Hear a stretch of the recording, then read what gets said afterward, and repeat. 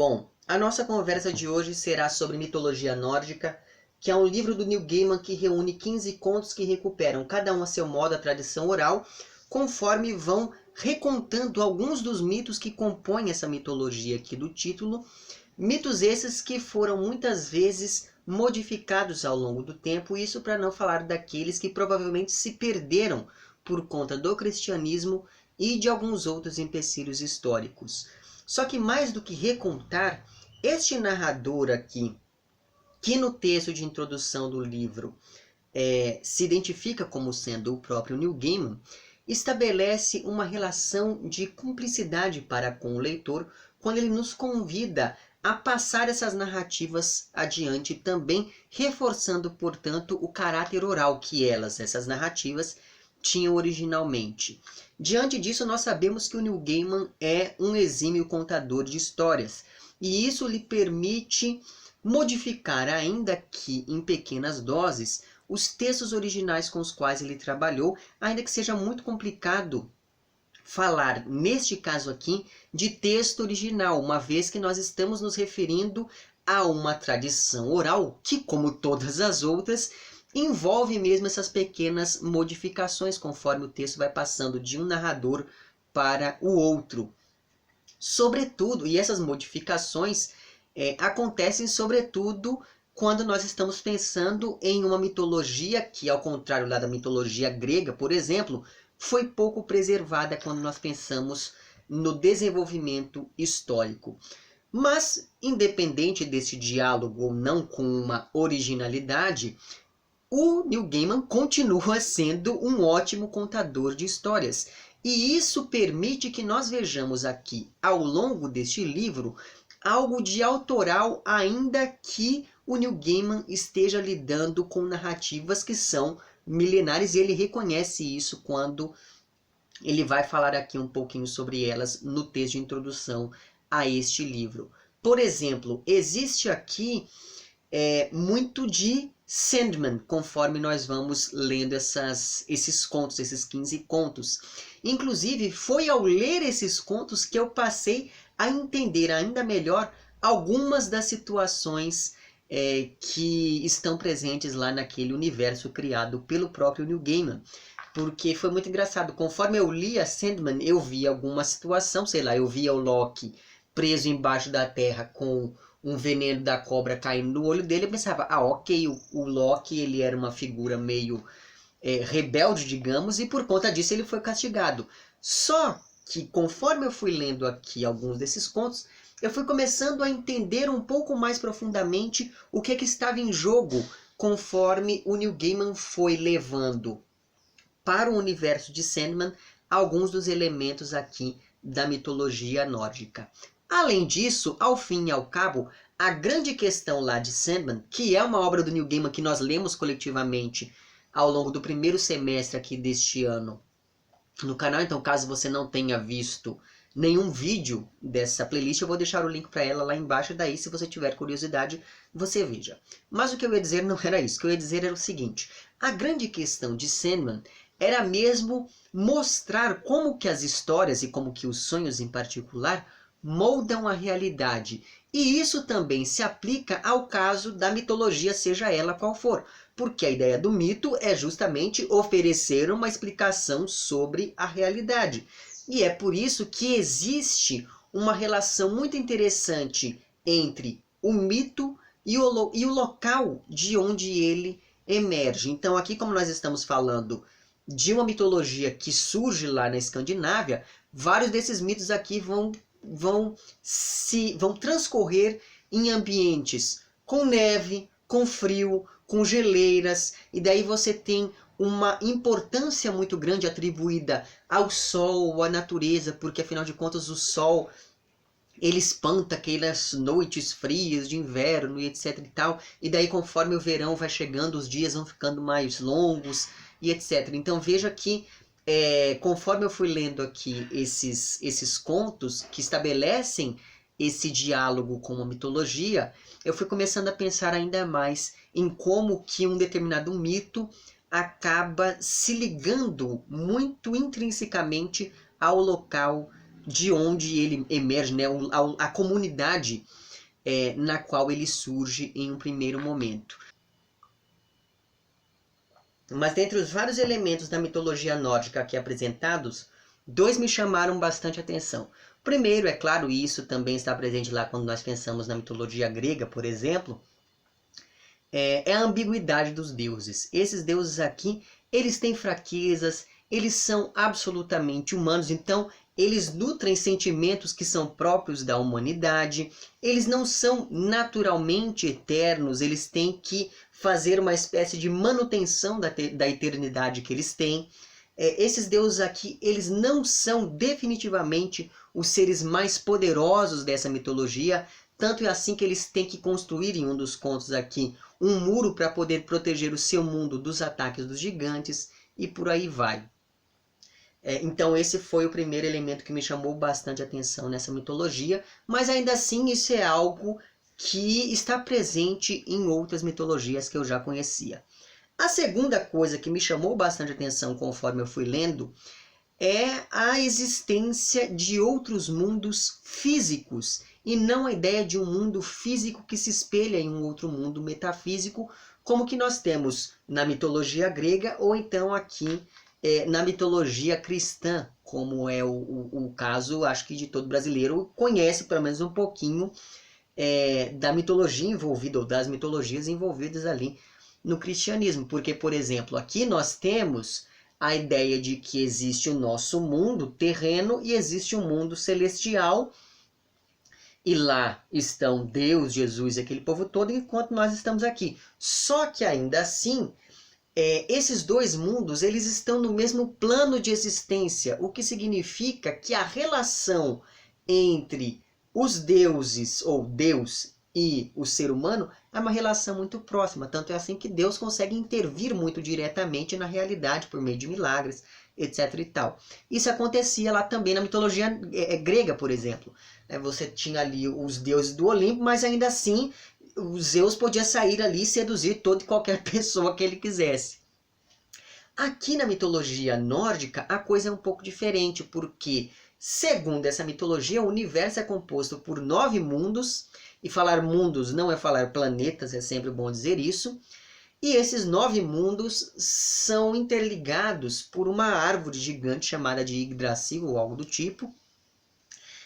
Mas para além dessa interligação, esses 9 mundos eles possuem uma relativa independência. Então você tem um plano da realidade no qual existe ali o mundo dos deuses. Você tem um plano da realidade onde existe o mundo dos humanos. Um outro plano da realidade onde existe o mundo dos gigantes, o mundo dos anões e por aí vai. Então eu achei muito interessante mesmo esse novo olhar sobre o que é o real, porque é um olhar muito menos totalizante do que o nosso, porque a gente pensa, né, nós que fomos criados sob a mitologia cristã, nós temos uma visão muito totalizante das coisas, ao contrário desse povo aqui da mitologia nórdica.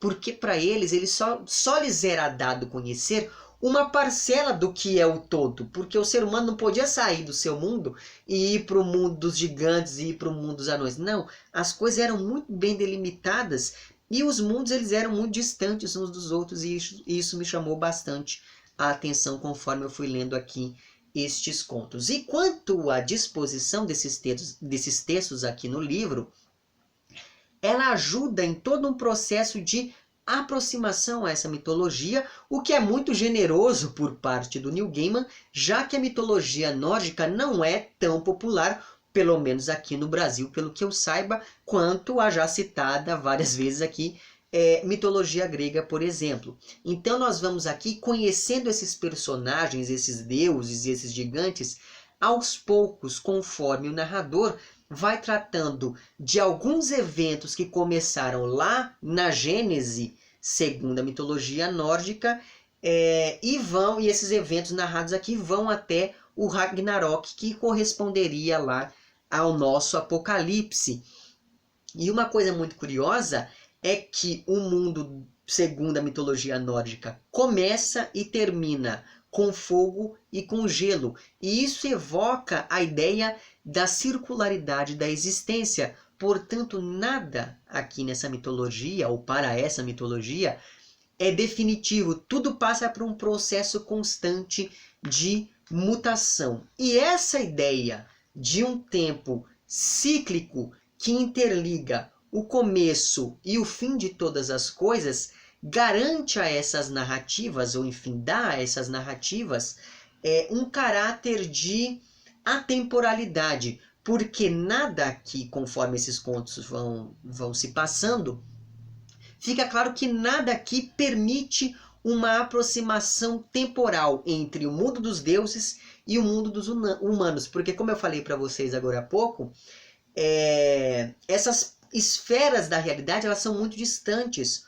umas das outras. Então, ao contrário do que acontece lá no cristianismo, em que você, ou então segundo na mitologia muçulmana, por exemplo, nada que permite que nós façamos um marco zero na história e falar, não, a partir daqui a realidade passou a ser outra. Não, porque tudo que acontece aqui acontece no mundo dos deuses, ou no mundo dos gigantes, ou no mundo dos humanos, então não existe essa ideia de você aproximar de maneira total e plena todos esses níveis de realidade aqui.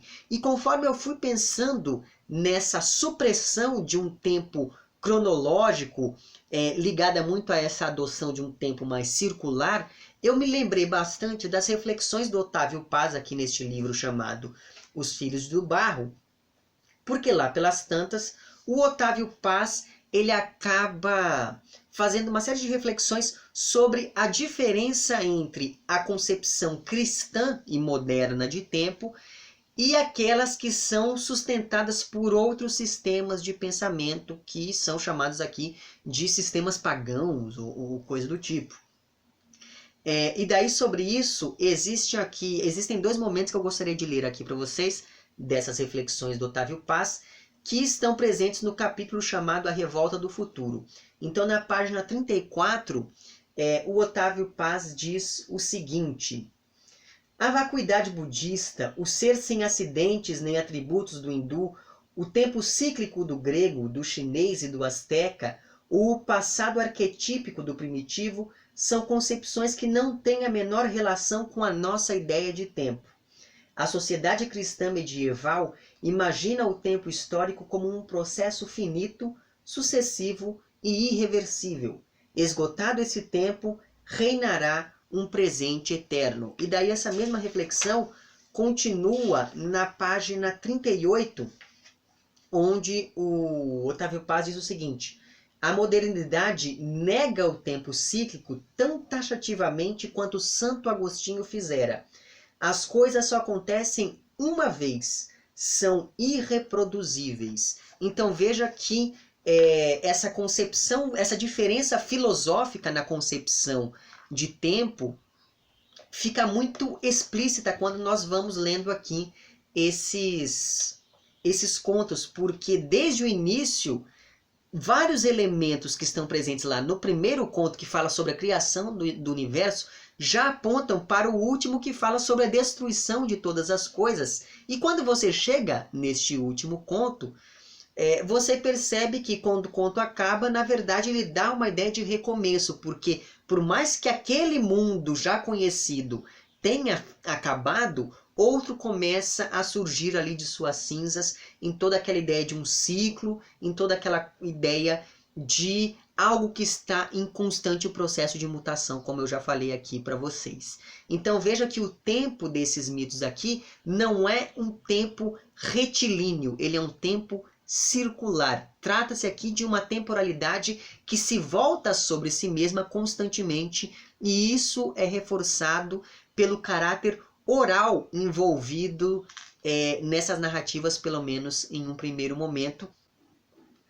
Com isso, a impressão que eu tive conforme fui lendo esses contos foi que a mentalidade cristã ou tende a ser muito mais totalizante do que a mentalidade exposta por essa mitologia nórdica. E é por isso, por exemplo, que no caso do cristianismo, você apaga a ideia de ambiguidade. Então Deus é sempre bom e o diabo é sempre ruim. E você não tem um meio termo possível entre esses dois extremos, entre esses dois polos da existência entre esses dois agentes. Tanto é assim que aqui nesses contos existe um jogo muito interessante entre aquilo que se conhecia e aquilo que permanecia desconhecido. E é por isso que é possível aqui que antes que houvesse o nosso mundo, o nada, ou uma ideia muito abstrata do que fosse o nada, coexistisse com o mundo de fogo e o mundo de névoa. Porque como esses mitos aqui não são tão totalizantes quanto aqueles envolvidos na nossa mentalidade cristã, a criação do mundo corresponde àquilo que as pessoas conheciam. Então, existe o nosso mundo com os nossos deuses e existe algo que é anterior a este mundo e a esses deuses que já existia quando nada daquilo que nós conhecemos ou que nos é dado conhecer tinha nascido ainda. Então é muito interessante como que esses mitos eles expressam mesmo uma concepção completamente diferente da realidade quando nós comparamos com aquilo que nos é mais familiar, ou que nos é mais natural, digamos assim. Ou natural não, mas que nos é mais próximo. Talvez próximo seja uma boa palavra. E além disso tudo, esses mitos aqui tentavam explicar os fenômenos e outros mitos que o ouvinte já conhecia. E isso é preservado aqui pelo Neil Gaiman, porque afinal de contas isso acaba dando a estes textos, ou reforçando neles, um caráter ligado à oralidade. E é por conta disso que alguns desses textos terminam com "e foi assim que os deuses conseguiram seus tesouros", ou então "e foi assim que os deuses construíram o seu mundo", ou então "e esses eram os filhos de Loki", ou então "e foi assim que Thor conseguiu o seu martelo", e etc e tal. Então veja que você percebe que existe um interlocutor aqui com quem ou a quem este narrador está se dirigindo conforme os contos vão acabando.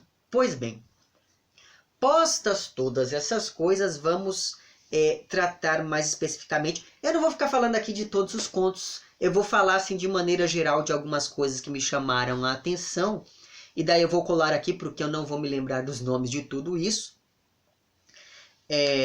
Mas enfim, então eu não vou ficar aqui falando no primeiro conto acontece isso, no segundo não. Eu vou apenas fazer aqui o apanhado geral para que você entenda mais ou menos como funciona essa mitologia nórdica aqui, e assim você vê se ela lhe interessa ou não. Mas enfim, no começo de todas as coisas existiam dois mundos. O mundo da névoa, que ficava no norte, e o mundo do fogo, que ficava no sul, o que demonstra uma noção muito rudimentar de geografia, porque os povos ali da Escandinávia, eles ficavam no norte do mundo, e daí lá era muito frio, então você pensa, bom, névoa. E daí eu acho que conforme as pessoas foram indo para o sul, começaram a perceber que no sul a coisa era mais quente. Então pensaram, bom, então no norte existe um mundo de névoa, então no sul deve existir um mundo de fogo. Então achei muito interessante o modo como esses mitos expressam mesmo a maneira como aquelas pessoas pensavam possivelmente. Mas enfim, entre esses dois mundos então, existia um vazio para o qual escorria um rio vindo do mundo da névoa. Por causa da névoa, a água que escorria desse rio para esse abismo entre esses dois mundos virava gelo. Mas por causa do fogo lá do mundo do sul, esse gelo derretia. E disso surgiram uma vaca gigante e o antepassado de todos os gigantes. Então, para se alimentar, essa vaca lambia o gelo que se formava ali nesse abismo, enquanto o seu leite alimentava aquele antepassado dos gigantes.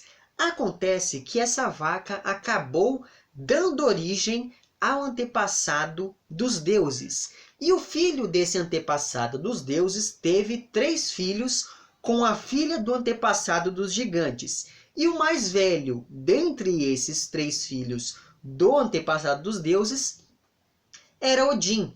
E Odin, junto com os seus irmãos, acabou matando esse antepassado dos gigantes e usando o corpo dele para fazer o nosso mundo, o que evoca toda aquela ideia da circularidade não totalizante, já que o cadáver desse antepassado dos gigantes acabou sendo útil para que surgisse o nosso mundo. Então nem a morte era definitiva, já que a partir dela outras coisas poderiam passar a existir. O problema é que o nosso mundo ele ainda não era habitado, as pessoas ainda não existiam, de modo que Odin e seus irmãos juntaram ali alguns pedaços de madeira que eles tiraram de algumas árvores, e com esses pedaços de madeira, esses 3 deuses iniciais acabaram modelando o primeiro homem e a primeira mulher, e assim nasceu a humanidade. Eu não sei quanto a vocês, mas eu adoro esses mitos de criação. Por exemplo, foi por conta disso que eu gostei bastante lá do Silmarillion, que é um livro do Tolkien que já foi comentado aqui neste canal. Também eu vou deixar o link para aquele vídeo lá embaixo. Mas enfim, como eu disse, segundo a mitologia nórdica, existem 9 mundos, e esses mundos então estão interligados por uma grande árvore chamada Yggdrasil ou algo do tipo. E como o nosso mundo fica no centro dessa árvore, ele é chamado de Midgard, ou enfim, a Terra do Meio, imagino eu. E é importante aqui mencionar a ideia que esses povos que acreditavam na mitologia nórdica, enfim, tinham de paraíso, que eles chamavam aqui de Valhalla. O Valhalla era, ou algo do tipo também, era um salão para o qual as valquírias levavam aquelas pessoas que morreram em batalha, para que esses espíritos dos guerreiros continuassem batalhando pela eternidade afora. Então veja que a ideia veja que povo truculento, né? Esse povo aí da mitologia nórdica, porque eles batalhavam a vida inteira e eles acreditavam que só ia para o paraíso quem morresse em batalha, e no paraíso essa pessoa continuaria batalhando até o fim dos tempos. Mas para além então de Midgard, que é o nosso mundo, e dessa ideia ali de paraíso, que é lá o tal do Valhalla, existem outros 2 mundos que são muito importantes para essa mitologia, ou que pelo menos serão aqui para estes contos. Você tem ali um mundo de Hel, ou algo do tipo, e para este mundo vão as pessoas que morreram de maneira pouco honrosa, por exemplo, uma pessoa que ficou doente, ou uma pessoa que morreu de velhice, uma pessoa que não morreu de maneira heróica ia para o Hel. E para além de Hel, existia também um outro mundo, que era o mundo de Asgard, que é onde vivem ali as 2 categorias de deuses que existem na mitologia nórdica. A primeira dessas categorias é chamada de Vanir. Os deuses Vanir são os deuses da natureza, os deuses que são menos belicosos e que são muito mais ligados à harmonia. Por outro lado, você tem também ali, vivendo em Asgard, os deuses chamados de Aesir. E esses deuses Aesir são os deuses da guerra, são os deuses mais humanos e que, portanto, são ligados a uma ideia de desarmonia. Então veja que curioso, porque os deuses Vanir, eles possuem atributos ligados à natureza, e por conta disso eles evocam essa ideia de harmonia, enquanto que o Aesir, os deuses Aesir, eles eram deuses mais humanos, e por conta disso eles evocam toda essa ideia de uma desarmonia. E é por conta dessa desarmonia então que eles querem brigar com todo mundo e etc e tal.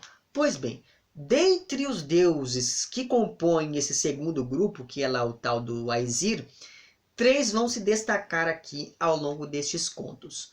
Odin, que é o mais velho dentre os deuses, e uma coisa muito interessante sobre Odin é que ele se enforcou lá na tal da árvore do mundo de Yggdrasil, e ele fez isso numa espécie de autossacrifício para que assim ele conseguisse desvendar as runas. E para além disso, o Odin acabou arrancando o próprio olho para poder beber ali da fonte que continha todo o conhecimento do universo. E com o único olho de Odin, ele conseguia enxergar mais do que ele enxergava antes, tendo os 2 olhos intactos, digamos. Porque, afinal de contas, com este único olho, ele era agora capaz de digamos, decifrar, de desvendar o significado das runas. E tudo isso, essa ideia de que com um olho só ele enxergava melhor do que com os dois olhos, tudo isso aponta para uma distinção entre dois tipos de visão. Você pode ter, ou pelo menos, enfim, no caso do Odin, para ter acesso a essa visão espiritual, a partir da qual ele conseguiria ter um pleno conhecimento sobre o universo e com isso desvendar as runas, para que ele tivesse então acesso a essa visão espiritual, ele precisou abrir mão da visão material que ele tinha e por conta disso então ele acabou arrancando o próprio olho. Para além de Odin, que por si só já renderia todo um livro só para ele, você tem ali, é claro, o filho de Odin, que é Thor. E uma coisa curiosa que nós temos aqui e que vai estar presente lá também em Sandman, é que Thor, apesar de ser o mais forte dentre os deuses, é também o mais burro. E assim, é muito engraçado você ver o quão ingênuo Thor é em algumas situações. Mas veja bem, ele foi um personagem que, por mais que ele esteja presente em várias dessas narrativas, ele não chamou muito a minha atenção, curiosamente. E por fim, o terceiro deus, que esse sim chamou bastante a minha atenção também, e que vai ter relativa importância nesses contos, é Loki. Porque Loki, ele é irmão e ou filho de Odin, porque, como nós estamos falando de uma mitologia que tem poucos registros e que se baseia na oralidade, cada pessoa conta a história como bem quiser, e daí por conta disso existem essas pequenas diferenças. Neste caso aqui, Loki vai ser descrito, na maioria das vezes pelo menos, como sendo irmão de Odin. E Loki é, pelo menos a partir do meu ponto de vista, a grande engrenagem que vai fazer girar a maior parte dessas narrativas, já que se não fosse por ele, o mundo seria muito mais tranquilo, os deuses ficariam ali sempre se divertindo, felizes, contentes da eternidade. O que aponta novamente para uma visão não totalizante e mais ambígua das coisas, já que o caos representado por Loki contribui para a manutenção da ordem, que era algo que, enfim, os deuses bem desejavam. Pois bem, então veja que essa ideia, essa relação entre o caos e a ordem vai estar em jogo aqui quando nós pensamos nessas narrativas também. Mas o fato é que, para além disso tudo, o Loki teve 3 filhos. A Hel, que é aquela figura que ficou cuidando ali desses mortos que morreram sem honra, e que vão para aquele mundo subterrâneo, blá blá blá. Você tem o Loki também teve um filho chamado Fenrir, que é um lobo terrível que acabou comendo a mão de um dos deuses enquanto ele era preso e que vai se soltar no início do Ragnarok para poder destruir grande parte da existência. E o terceiro filho de Loki se chamava Jormungand ou algo do tipo. Jormungand era uma cobra que envolvia a Yggdrasil, que é lá a tal da Árvore dos Nove Mundos. E o Jormungand também vai voltar no dia do Ragnarok para poder ali acabar com a realidade. E para além desses 3 filhos, o Loki também teve um que eu achei muito interessante, que é o cavalo de Odin. O cavalo de Odin é filho de Loki, e daí a história envolvendo como que o Loki acabou tendo essa cria foi algo muito interessante. Mas enfim. E daí eu já falei aqui um pouquinho sobre esses deuses, falei um pouquinho aqui sobre como todas as coisas surgiram, mas eu também tenho que falar aqui, é claro, sobre o Ragnarok. E sobre isso eu tenho a dizer que ele vai ser muito mais impressionante, muito mais legal do que o nosso Apocalipse, de acordo pelo menos com essas descrições que nós temos no último conto aqui reunido. Inclusive, os meus contos preferidos foram os primeiros que explicam a origem de todas aquelas coisas, e o último conto que dá detalhes não só sobre aquilo que já aconteceu, mas também sobre aquilo que ainda acontecerá, que no caso aqui é o fim do mundo. E conforme a gente vai lendo este último conto, a gente percebe que em todos os outros você teve uma série de elementos que já apontavam para esse fim do mundo. Então, por exemplo, o sujeito que perdeu a mão lutando com o Fenrir lá, que é o lobão que vai destruir tudo. Ele vai ter a sua importância quando nós pensamos aqui nesse último conto. Ele vai ter a sua importância no Ragnarok. Você tem um dos contos em que um sujeito quer roubar o Sol e a Lua e levar os dois numa carroça, e é basicamente isso que acontece quando nós pensamos lá neste momento do Ragnarok, porque o Sol e a Lua desaparecem do céu, mergulhando o mundo em trevas e aquela coisa toda. E assim por diante. E é claro, a própria rivalidade entre os deuses e Loki vai sendo gestada em todos os contos anteriores, e é por conta disso que quando chega no último você entende por que o Loki está tomando certas decisões e por que os filhos do Loki acabam se revoltando contra os deuses. Porque, por exemplo, foram os deuses que prenderam o lobo Fenrir lá em algum momento do passado, e por conta disso no presente ele resolve matar todo mundo. O mesmo vale para a Jormungand, que é lá a tal da cobra, porque ela foi expulsa por Odin, depois ela volta para poder se vingar e assim por diante.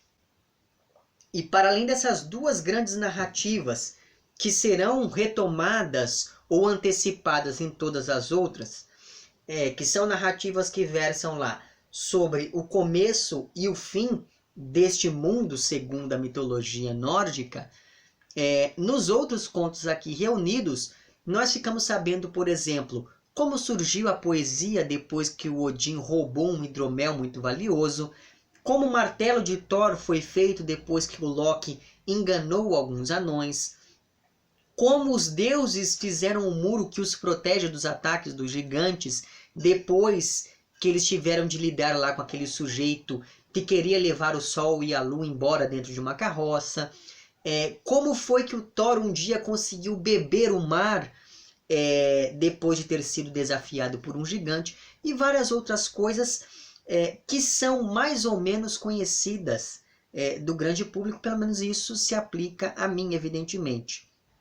Porque eu até conhecia um ou outro detalhe sobre essas histórias aqui, só que de maneira completamente pulverizada. Então foi muito bom entrar em contato com este livro do Neil Gaiman, porque ele me ajudou a organizar um pouco melhor o modo como eu reflito sobre essa mitologia aqui, que de maneira geral, ainda que não de maneira absoluta, me era completamente, ou quase completamente, enfim, desconhecida, e por conta disso, então, fica aqui a minha recomendação para que você leia este livro, se você, assim como eu, se interessa por outras mitologias, por outras culturas. Eu acho que é sempre muito enriquecedor, sobretudo se você aí gosta bastante, sei lá, do universo de O Senhor dos Anéis e desse povo todo, eu acho que vai ser muito interessante você entrar em contato com essas histórias aqui, porque várias das coisas que estão aqui remetem àquele universo lá criado pelo Tolkien. Ou se você gosta aí de Sandman, eu acho que este livro aqui ele serve como uma leitura complementar àquele nosso projeto de leitura lá de Sandman, porque aqui várias coisas vão aparecer também, e daí você consegue entender um pouquinho melhor a relação ou as relações que o Neil Gaiman foi estabelecendo entre aqueles personagens que fazem pontas, digamos, em Sandman. Mas antes de eu terminar este vídeo aqui, eu fiquei pensando bastante em uma coisa que o Neil Gaiman diz aqui na apresentação deste livro, porque lá pelas tantas ele diz que conheceu a mitologia nórdica, ou pelo menos se interessou pela mitologia nórdica, depois que ele leu os quadrinhos do Thor. E isso me chamou bastante atenção, porque isso acaba aproximando de maneira muito interessante a literatura de massa que os quadrinhos do Thor representam. E eu não sei se eu gosto muito desse termo literatura de massa, mas enfim, é um termo que ainda é usado por alguns grupos, então eu vou ficar nele mesmo.